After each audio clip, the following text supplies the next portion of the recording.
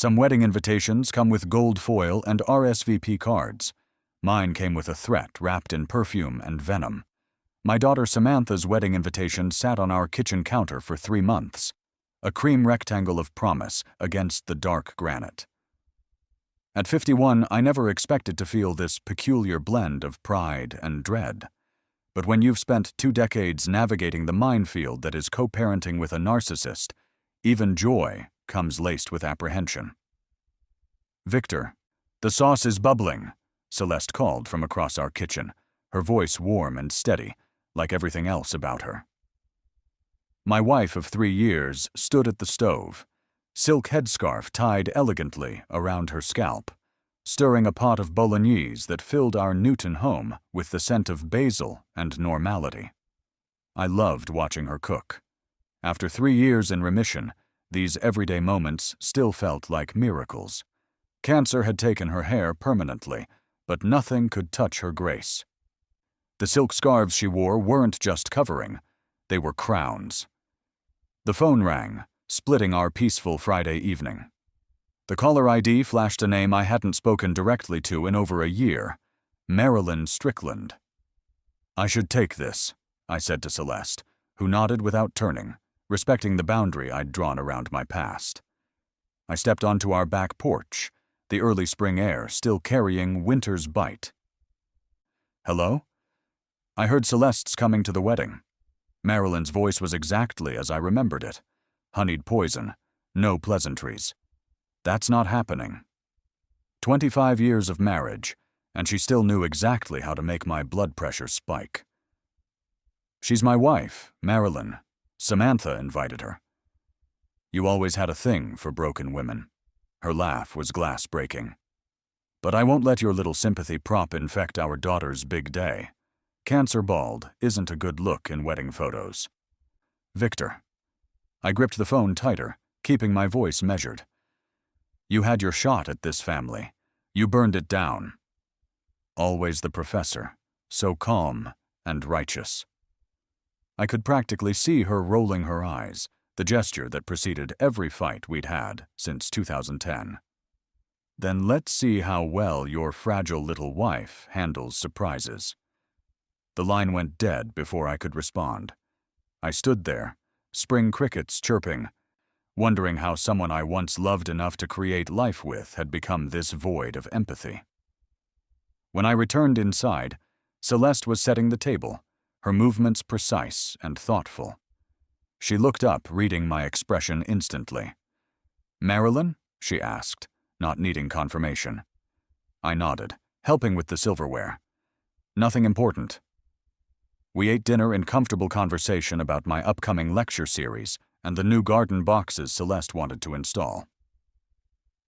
Neither of us mentioned the wedding or my ex-wife's call. Peace was too precious to surrender easily.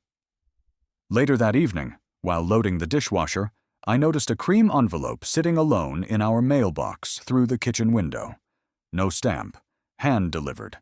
Inside was a single note on thick cardstock. "Don't wear anything you can't afford to lose." I recognized Marilyn's handwriting immediately, the sharp angles of her capital letters, the slight right tilt. Celeste read it over my shoulder, her face betraying nothing but her fingers trembled slightly against my back. "It's just Marilyn being Marilyn," she said quietly. "Empty threats make her feel powerful." But that night, as Celeste slept beside me, I remembered how hard she'd fought to rebuild her life after cancer. 3 years of chemotherapy, 2 surgeries, the slow, excruciating return to feeling human in her own skin. The way strangers' eyes still lingered on her headscarf, making assumptions. I also remembered how Marilyn was in our early years, vibrant, full of fire and ambition. How control gradually replaced love, how her warmth calcified into something brittle and sharp. The cold afternoon in 2018, when I confronted her about the affair, how she left without apology, just a door slam that echoed through our 2-decade marriage. Unable to sleep, I checked our home security app. Samantha had recently texted excitedly about Matthew installing a complete system in their house, where we'd stay Saturday night after the rehearsal dinner. Cameras, motion sensors, door locks, facial alerts, the works. We're Fort Knox now. Just in case, Celeste and I had set up an emergency alert word years ago. Lilac. One simple word that meant, something's wrong. Before turning in, I emailed Samantha confirming our sleeping arrangements. She replied promptly.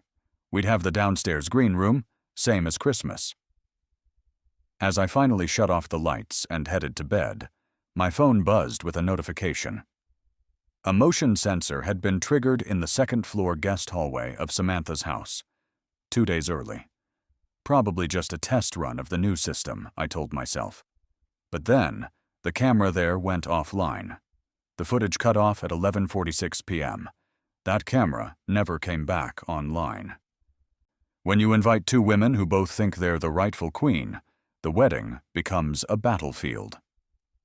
Saturday afternoon arrived with perfect spring weather and a knot of tension in my stomach that wouldn't dissolve.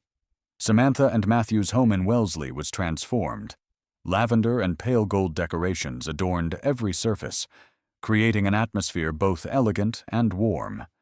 My daughter fluttered from room to room, clipboard in hand, the weight of perfectionism visible in her shoulders. "Dad, did Mom confirm what time she's arriving?" Samantha asked, checking her watch for the third time in 5 minutes. "She'll be here," I assured her, though I knew Marilyn's lateness was never accidental. It was calculated, like everything else about her. Celeste emerged from the guest bathroom in a navy blue dress that complemented her silver earrings and matching silk scarf. Simple, dignified, beautiful without demanding attention. I squeezed her hand, sensing her unease. "You look perfect," I whispered. "I just want today to go smoothly for Samantha," she replied, straightening my tie. "No drama." 45 minutes after the stated arrival time, the front door swung open. Marilyn made her entrance with practiced precision. Ivory silk dress, designer heels clicking against hardwood, arm linked through her new fiancé's elbow. Elliot Granger looked handsome, but uncomfortable, like a man who'd discovered his tuxedo was actually a straitjacket. "Samantha, darling." Marilyn's voice filled the room as she swept our daughter into an exaggerated embrace, her diamond engagement ring catching the light. "The place looks almost professional.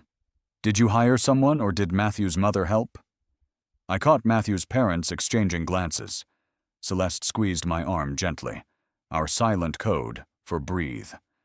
Marilyn worked the room with theatrical greetings and air kisses before finally acknowledging our presence. Her eyes raked over Celeste with barely disguised contempt. "Celeste, I see you've chosen something comfortable. So important for recovery, isn't it?" Her smile never reached her eyes. Celeste's reply was as serene as still water. "I dress for peace of mind, not competition." I bit back a smile. In the years of our marriage, I'd learned that Celeste's quiet composure wasn't weakness. It was a fortress that Marilyn's artillery couldn't breach.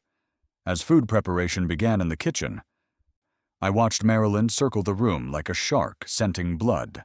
She whispered to Matthew's aunt about how Samantha is too polite to say no to things, cast sympathetic glances toward Celeste while murmuring something about not really well to Elliot's brother. The poisoning of the well had begun. "Victor, could you grab another bottle of the Cabernet?" Matthew called from the dining room. I headed toward the kitchen, just as Marilyn was exiting, wine glass in hand. The collision seemed accidental, but her smile afterward revealed otherwise. "Oh my goodness, Celeste," Marilyn gasped as red wine splashed across my wife's navy blouse. "I'm so clumsy. That will just wash right out, won't it?" Celeste excused herself quietly to clean up. I followed her to our guest room, fury simmering beneath my calm exterior. As she dabbed at the stain with a wet cloth, her scarf slipped slightly. "Oh dear, these things never stay on right, do they?" Marilyn's voice came from the doorway, her eyes fixed on the exposed edge of Celeste's scalp. I turned to face my ex-wife. Don't you have guests to entertain, Marilyn? Just checking if I can help. Her tone was innocent, her intention anything but. Cancer is such a burden. On everyone. After she sauntered away, Celeste sat on the edge of the bed, her composure momentarily cracked. I'm starting to feel nervous, Vic, she admitted quietly. Not about the wedding, but about being watched, like she's waiting for something. I double-checked the house alarm and camera system on my phone. The camera outside our room still showed no signal. I found Michael in the living room, arranging place cards. The security system seems to be glitching, I mentioned casually, especially the downstairs cameras. Yeah, last week's update caused some issues, he explained, not looking particularly concerned. But everything's saving to the cloud. We'll be Fort Knox by the time we leave for our honeymoon. During dinner, we sat at opposite ends of the table, Celeste and I with Michael's parents, Marilyn strategically positioned near Samantha. Elliot attempted small talk with me about baseball, mentioning offhandedly that Marilyn had quite the dark sense of humor sometimes. The way he said it made me wonder how much he really knew about the woman he'd proposed to. Marilyn tapped her glass halfway through the meal. I'd like to make a toast, she announced, commanding the room's attention with practiced ease. To the kind of love that endures. Her eyes flicked briefly to me, and the kind that knows when to let go. A hush fell over the table. Samantha stared at her plate, Michael watching her with concern. The rest of the dinner passed with strained politeness, everyone pretending not to notice the undercurrents. After dinner, guests dispersed to their assigned rooms. In ours, Celeste took extra time with her nighttime routine, a ritual born of hospital stays and recovery. I watched her arrange her medications on the nightstand, set out her hand cream, and place a small bottle of lavender essential oil nearby. I checked the locks twice, peered under the bed out of an abundance of caution, and tested the hallway light. Nothing seemed off, yet everything felt wrong. She's planning something, Vic. I can feel it, Celeste whispered as we lay in bed. The unfamiliar shadows of Samantha's guest room stretching across the ceiling. I held her close, breathing in the lavender scent of her skin. Let her try. She's not the only one who can plan. We fell asleep with the door locked from the inside, windows latched, security system allegedly recording our safety to some cloud server I couldn't access. I didn't hear the footsteps at 2:13 a.m. I didn't hear the figure in socks padding down the hallway carrying a small black case. I didn't hear our guest room door click open. I didn't feel the presence hovering above our bed, scissors in hand. The darkness swallowed her whole, and we slept on, unaware that the battlefield had just been breached. You think you're safe in the guest room of your daughter's house, until you wake up and realize someone's been inches from your throat. I woke at 6:57 without an alarm, my body conditioned by decades of early morning lectures. Beside me, Celeste slept peacefully, her breathing deep and steady. Wedding day. The thought floated through my mind as I quietly slipped out of bed, careful not to disturb her. The bathroom tile was cool under my feet as I brushed my teeth, splashed water on my face, and checked my phone. 20+ unread messages crowded my screen. Vendors confirming details, friends wishing Samantha well, the morning noise of a wedding day unfolding. When I returned to the bedroom, dawn light filtered through the gauzy white curtains, casting a gentle glow across our bed. Something caught my eye, details my sleep-addled brain hadn't registered moments before. Celeste's silk headscarf was slightly crooked, not dramatically, but enough to notice. A single strand of hair lay on the hardwood floor, brown against the honey-colored boards. And there was a scent, faint but chemical, like rubbing alcohol or astringent. I moved closer to the bed, reaching out to gently adjust Celeste's scarf. My fingertips touched bare scalp, where there should have been a thin layer of short regrowth. I froze. Slowly, carefully, I lifted the edge of the silk. Her head was completely shaved, clean, close to the skin, perfectly done. Not patchy or amateurish, but methodical, surgical. Horror washed over me like ice water. "Celeste," I whispered. She stirred, stretched slightly, eyes still closed as she mumbled, "Morning already?" When she opened her eyes and saw my face, awareness dawned instantly. "What is it? What's wrong?" I couldn't speak. Instead, I took her hand and gently placed it on her head. Her expression transformed from sleepy confusion to visceral dread in seconds. She bolted upright, hands frantically exploring her scalp. "No, not again. No, no, no." Each word grew more frantic as realization set in. She scrambled from the bed and ran to the mirror, her reflection confirming what her trembling hands had already told her. "It took me 3 years," she whispered, voice breaking. 3 years to feel human again. Who would do this? Who came in? I surveyed the room with growing fury and confusion. The door had been locked from the inside when I woke up. The windows were still latched. There was no sign of forced entry, no scissors left behind, no hair scattered across the floor. Her scarf had been neatly repositioned.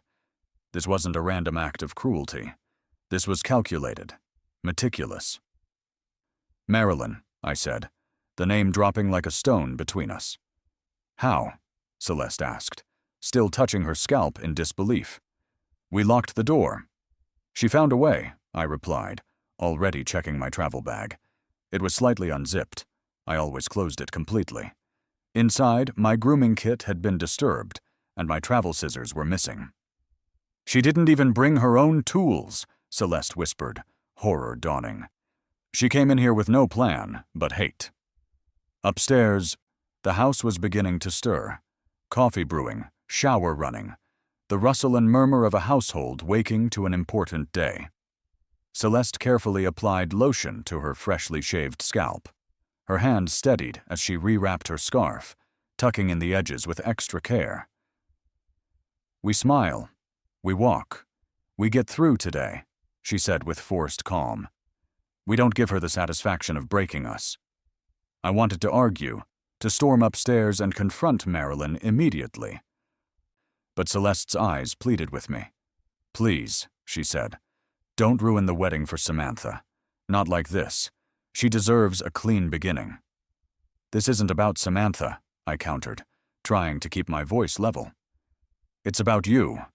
Someone entered our room and assaulted you in your sleep."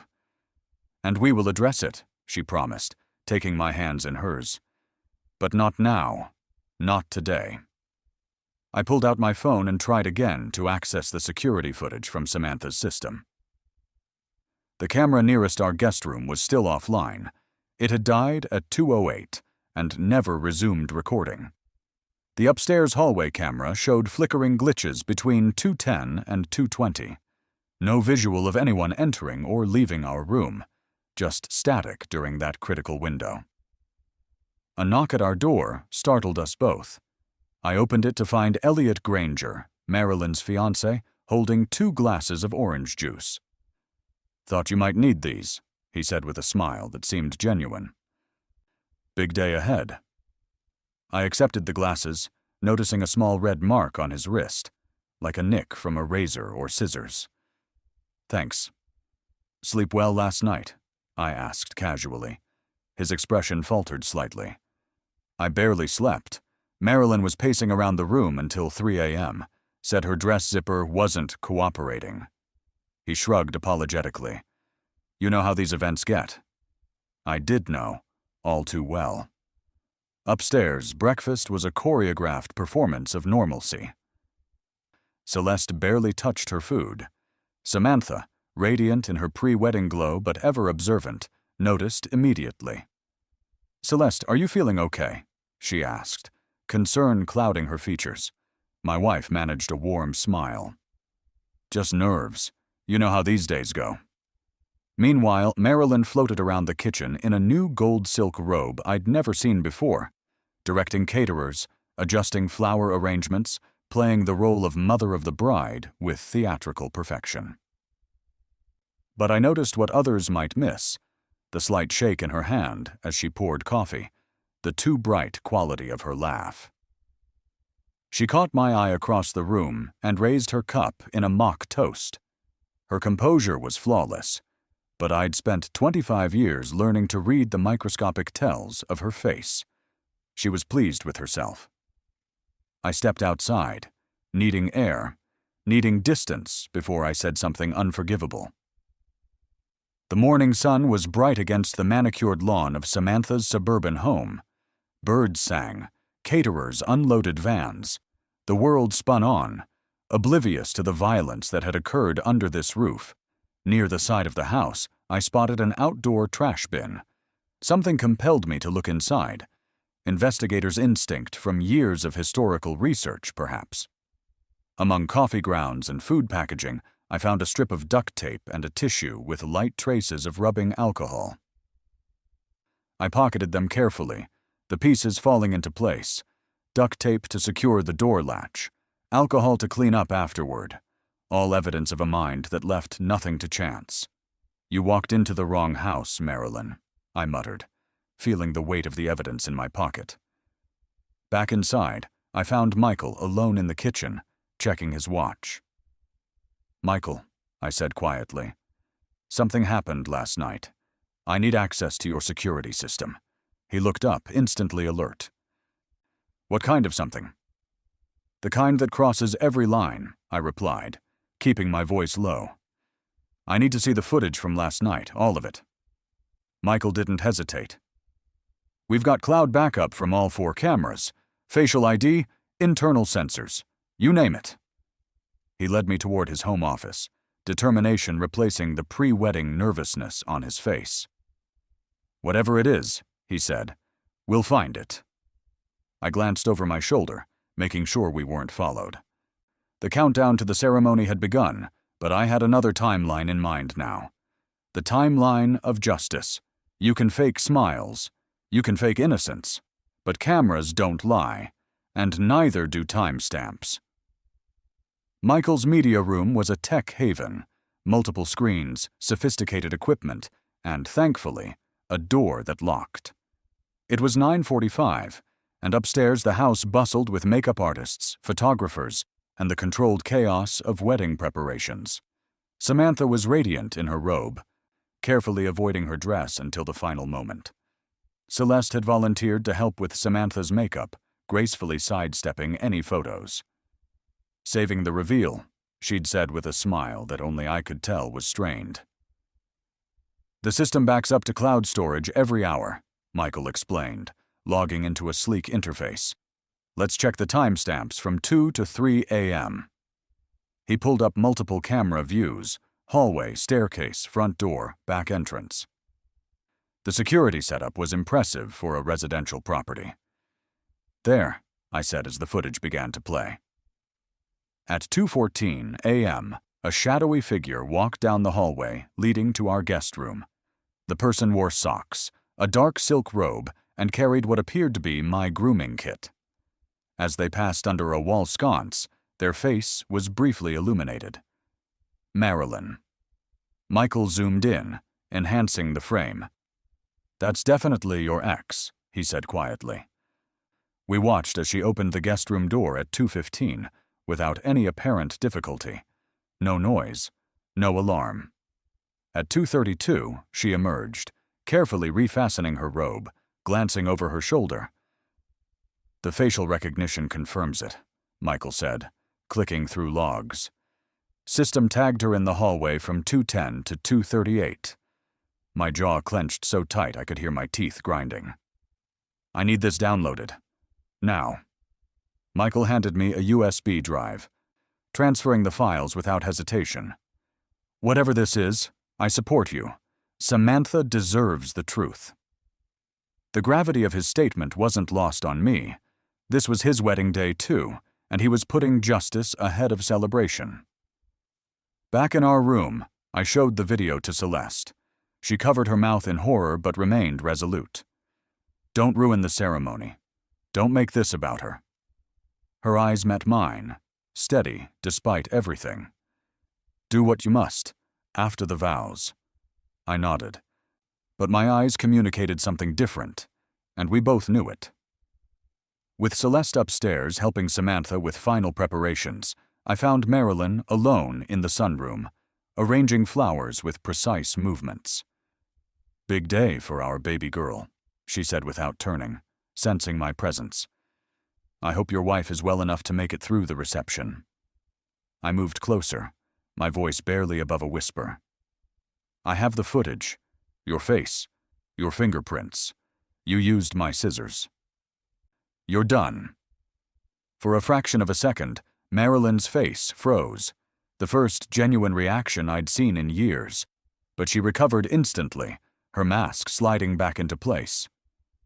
"Delete it," she replied calmly, "or I'll ruin Samantha's vows in front of 80 people. "Make one wrong move," I countered, "and I'll make you famous." The threat hung between us, both of us knowing exactly what it meant. In Maryland's social circles, reputation was oxygen. I turned to leave but nearly collided with Elliot, who had apparently overheard part of our exchange. His face was creased with confusion. Later, he cornered me in the hallway. "What happened last night?" he asked directly. I measured my response carefully. "Something unforgivable. You'll see soon enough." I had no intention of alerting Marilyn to my plans by telling her fiancé. Let her confidence be her downfall.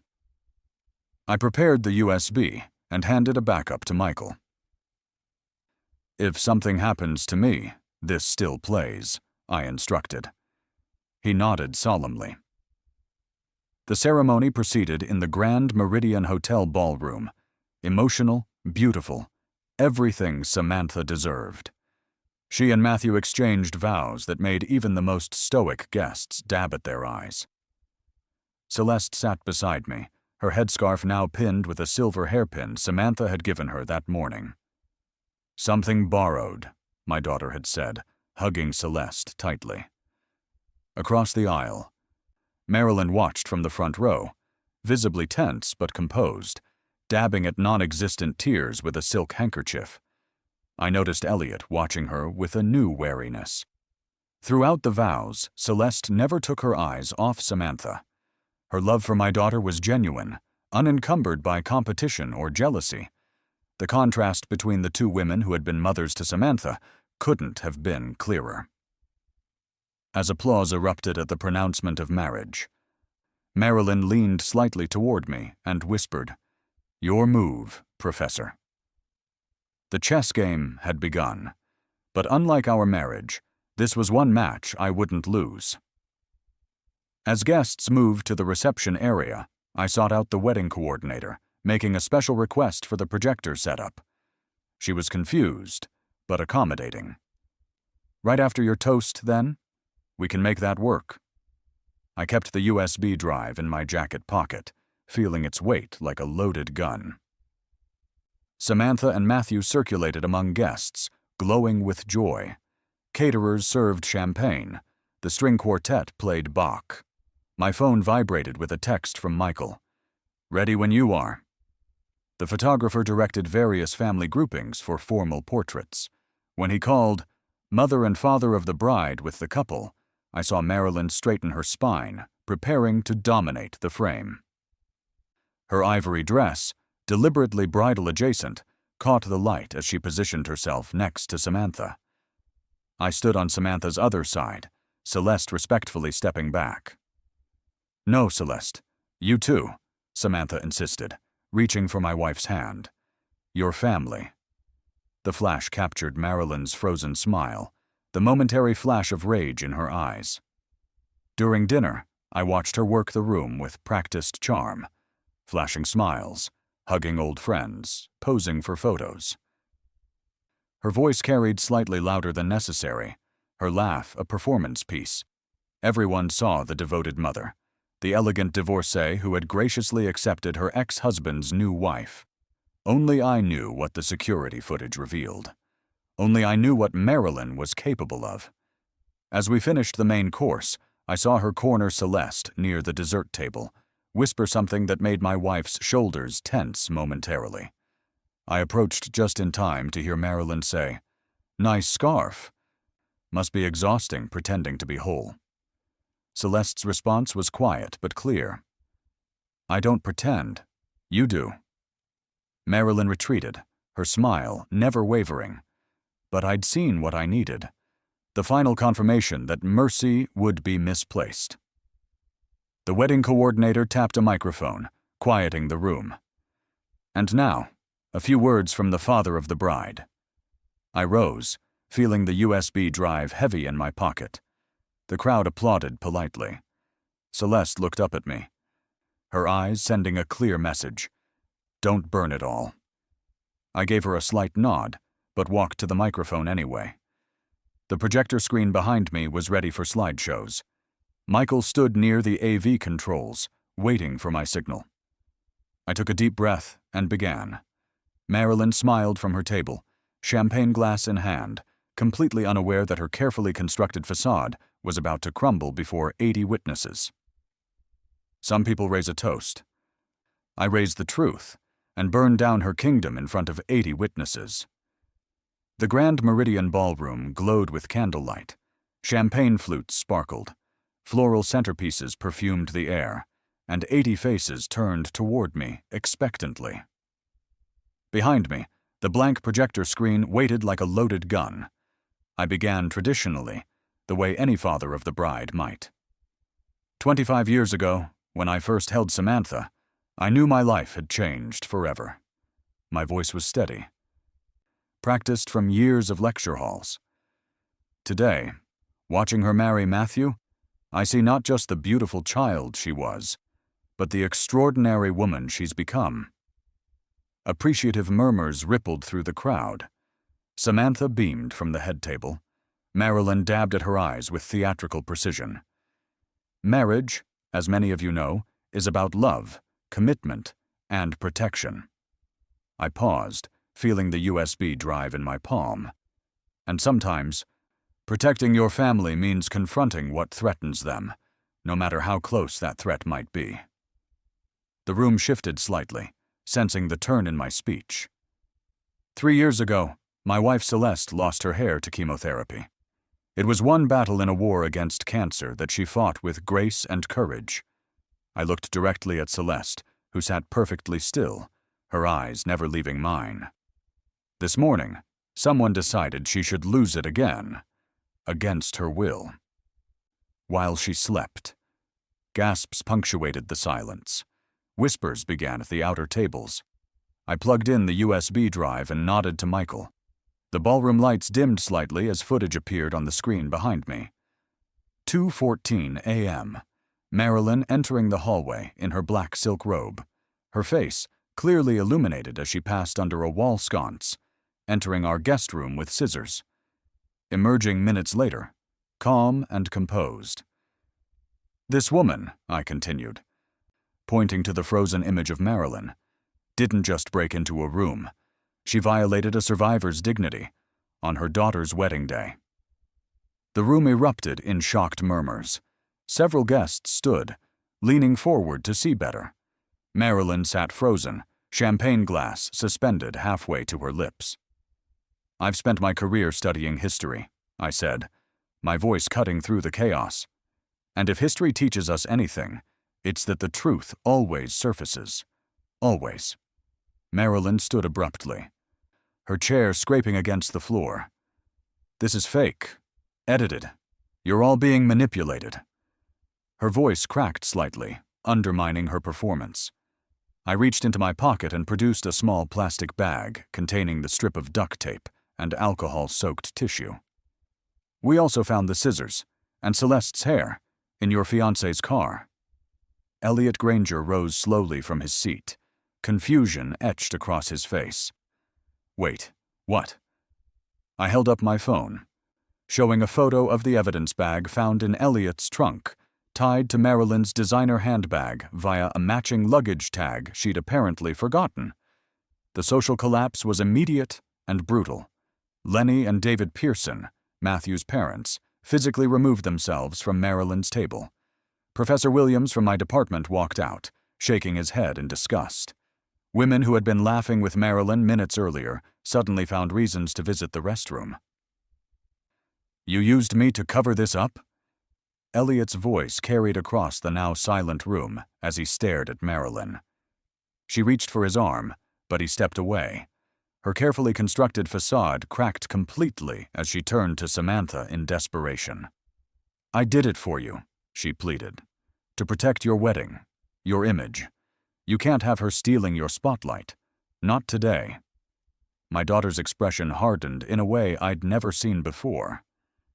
"You did it for your ego," she said quietly. "Get out." The simplicity of the command seemed to deflate Marilyn completely. For one unguarded moment, she looked old, lost, and utterly alone. I stepped away from the microphone, moving closer to her as she gathered her purse with trembling hands. "You tried to make her look sick again," I said, my voice low enough that only she could hear. "But all you did was reveal your own sickness." Marilyn's eyes met mine, hatred burning through the tears. "You think this is over? You have no idea who you're dealing with." She stormed toward the exit, her ivory dress catching on a chair. As she pushed through the double doors, I caught a glimpse of a camera flash, a paparazzi photographer invited by one of the guests, capturing her tear-streaked face as she fled. The silence that followed was absolute. I returned to the microphone, hyper-aware of 80 pairs of eyes tracking my movement. "To Samantha and Matthew," I said, raising my glass. "May your marriage be built on honesty, respect, and the courage to face hard truths together." The room responded with tentative applause that grew stronger, a collective decision to move forward. The wedding coordinator, professional to her core, quickly signaled the band to begin playing. Within minutes, the dance floor filled, the rhythm of celebration gradually drowning out the echoes of confrontation. I found Celeste at a quiet table near the windows, looking out at the Cambridge skyline. She turned as I approached, her eyes reflecting both sadness and relief. "You did what you had to do," she said simply. "I'm sorry it had to be today," I replied, taking her hand. She smiled, a genuine smile that reached her eyes. Today was perfect. Samantha married a good man, and you, she touched my face gently. You chose truth over peace. That's a rare gift. Across the room, I saw Samantha and Matthew swaying together on the dance floor, their heads bent close in conversation. As the song ended, they made their way toward us. "Dad," Samantha began, her voice unsteady. "I didn't know." I shook my head. "You weren't supposed to know. That was the point." "I'm so sorry," she whispered, embracing Celeste. "I should have seen it. I should have known what she was capable of." "The children of narcissists rarely do," Celeste replied gently. "That's how they survive." Matthew put his arm around Samantha protectively. "We've made a decision," he said. "We're cutting the reception short by an hour, leaving for our honeymoon tonight instead of tomorrow." "You don't have to do that," I protested. "We want to," Samantha insisted. "This way, we still have our celebration, but we don't give time for gossip to overshadow everything. Clean break." I recognized the wisdom in their strategy. "When did you get so smart?" I asked my daughter. "I had a good teacher," she replied, squeezing my hand. For the remainder of the reception, we danced, we laughed, we celebrated love in defiance of hatred. The incident became a hushed undercurrent, acknowledged but contained. Several guests approached Celeste throughout the evening, their respect evident in quiet conversations and gentle touches. As Samantha and Matthew made their exit amid a shower of rose petals, I caught a glimpse of Elliot Granger standing alone near the bar. Our eyes met briefly, and he gave me a small, resigned nod before turning away. Another casualty of Marilyn's collateral damage. Later that night, back in our hotel room, Celeste unwrapped her headscarf and studied her reflection in the mirror. "It will grow back," she said softly. It always does. I stood behind her, meeting her eyes in the glass. So will we. She turned and embraced me, her bare scalp pressed against my cheek. We had weathered storms before. Cancer, recovery, rebuilding. This was just another one. Already receding behind us. My phone buzzed with a text from an unknown number. This isn't over. I deleted it without responding and turned off my phone. Some battles weren't worth fighting, but some truths demanded to be told, no matter the cost. Sometimes revenge is served on a platter. Other times it arrives in the form of total annihilation, social, professional, and personal. The morning after the wedding, Celeste and I enjoyed a quiet breakfast in our hotel room, deliberately avoiding news and social media. By noon, we couldn't ignore the buzzing of our phones any longer. "Victor, you need to see this," Celeste said, holding out her screen. A wedding guest had posted the security footage on social media with the caption, "Mother of the bride or monster in disguise." The video had already garnered over 600,000 views. Reddit threads dissected every frame. On Twitter, "Du jour wedding nightmare" was trending in Boston. "It's gone viral," I said, scrolling through dozens of notifications. Celeste looked concerned. "This is bigger than we intended." I set the phone down. "No, this is exactly what Marilyn deserves." By the end of the day, local news had picked up the story. One guest, a blogger for a popular bridal magazine, had written a scathing piece titled, "The Wedding That Exposed a Narcissist." It featured screenshots from the footage and a passionate defense of Celeste. 3 days later, Marilyn's real estate license was suspended pending investigation. Her firm released a statement distancing itself from her actions, citing ethical concerns incompatible with our company values. Clients canceled listings. Her carefully curated reputation in upper-class Boston society collapsed like a house of cards. A week after the wedding, a package arrived at our door. Inside was a handwritten note from Elliot. "I was blind. Thank you for surviving her." He had ended their engagement the morning after the wedding. Marilyn's family, an estranged sister in Connecticut, cousins in New Hampshire, publicly condemned her actions on Facebook. People she'd maintained superficial relationships with for decades suddenly couldn't recall her name when reporters called. Meanwhile, Samantha and Matthew sent postcards from their honeymoon in Portugal, deliberately focusing on their future rather than the chaos left behind. "The Mediterranean is healing," Samantha wrote. "So is distance." Celeste received dozens of messages of support. A cancer support organization that had seen the footage sent a gift box with silk scarves and a handwritten note of solidarity.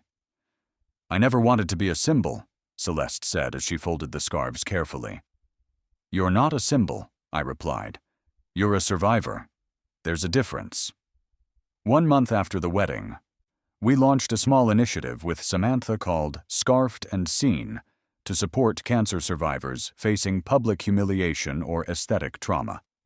Celeste appeared on a podcast about reclaiming self-image after invisible battles, her calm grace earning widespread respect.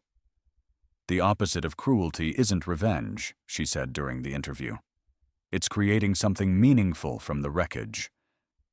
I returned to my lectures, to our quiet life in Newton, to gardening on weekends and reading by the fireplace.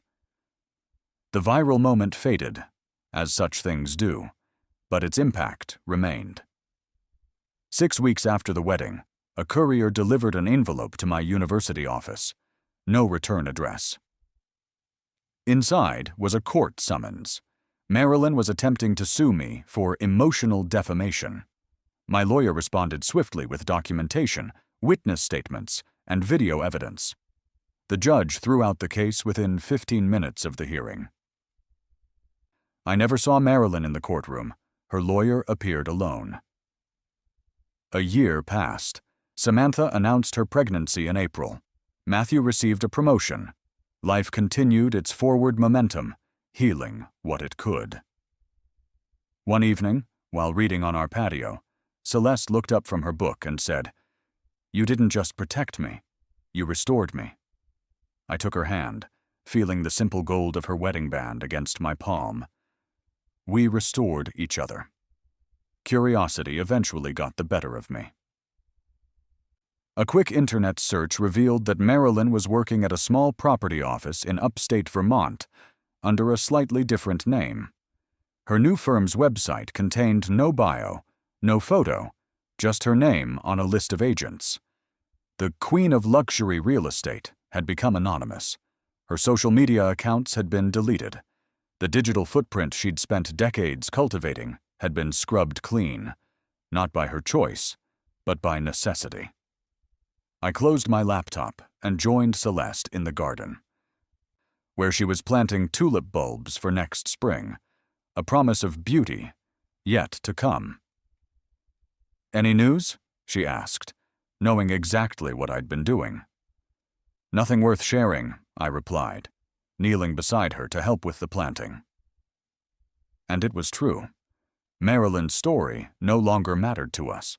Her power had been not just diminished, but dissolved. That night, as we prepared dinner together, I watched Celeste move around our kitchen, silk scarf tied elegantly around her head. Her hair had begun growing back, different texture, different pattern, but undeniably present. A reminder that renewal follows destruction, always. Cruelty may hide behind charm, but truth waits, and when it arrives, it doesn't knock. It kicks the damn door down.